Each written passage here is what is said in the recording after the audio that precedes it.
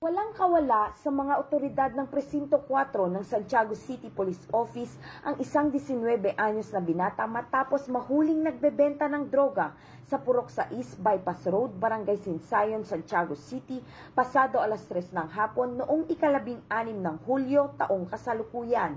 Ang suspect ay tinago sa pangalang JD, isang out-of-school youth, laborer at residente ng Purok 7, Barangay Turod Sur, Cordon, Isabela.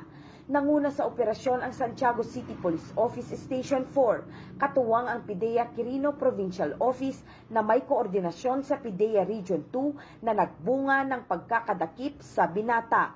Nabili sa suspect ang isang medium-sized transparent plastic sachet ng hinihinalang shabu na may bigat ng kalahating gramo at tinatayang nagkakahalaga ng 3,400 pesos. Nasamsam din mula sa kanya ang marked money na 3,500 pesos, isang Android phone at ang motorsiklong gamit nito.